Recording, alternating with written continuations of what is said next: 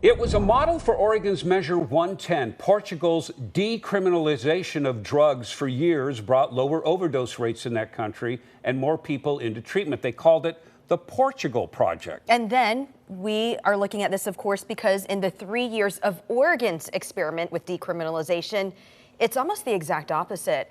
And now the organization that backed Measure 110 is buying a trip for elected leaders and law enforcement to go over to the European nation. So our Brandon Thompson asking tough questions to the people going on that trip. He joins us live. Brandon? Well, we wanted to know, what are these dozen or so leaders, dozens of leaders, going to learn in Portugal, but that they won't learn from the dozens of news and academic articles that have been written on Portugal's decriminalization? The people paying for the trip say there are things that you have to see in action, and seeing it with people of varying perspectives on Measure 110, they hope will be more effective in fighting Oregon's drug crisis. We're 50th in the nation in access to services and second in addiction rates.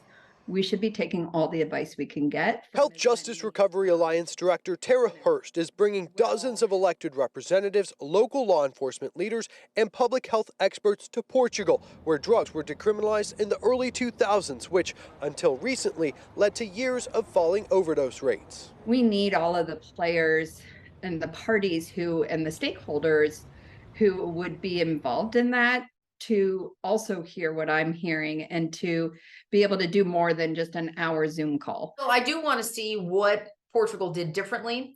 I want to make sure to see what is working, what is not. One of Measure 110's biggest critics, Republican Representative Lily Morgan, will be on the trip as well. She says in the 3 years of Measure 110, access to treatment has been slow to improve. I want to make sure that whatever's said over there, there's accountability for when we come back. Democratic State Senator Kate Lieber will be on the trip as well, saying, quote, "I have a lot of questions about accountability in Portugal's public health response to addiction and how we can create more accountability in Oregon's system. Getting these answers firsthand is important." We have been stuck in Oregon trying to solve this problem, and we're not solving the problems. The Health Justice Recovery Alliance is providing $2,500 for everyone going on this trip to cover plane tickets, food, and lodging for the trip. Democratic State Senator Floyd Przansky asked the Ethics Commission if he's allowed to take that money. The commission says, quote, "A fact-finding mission or trip is any activity related to a cultural or educational purpose,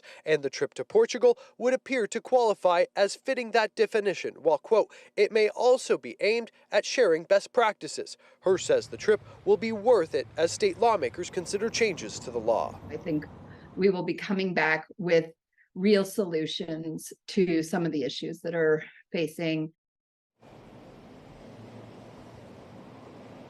So this trip will happen on October 30th through November 3rd. Hurst also says it's not only the conversation with Portugal's leaders in this space, but being able to debrief with those people from Oregon with different perspectives on the measure that she thinks will be more effective in finding solutions in this space. Live in downtown Portland, Brandon Thompson, KOIN 6 News.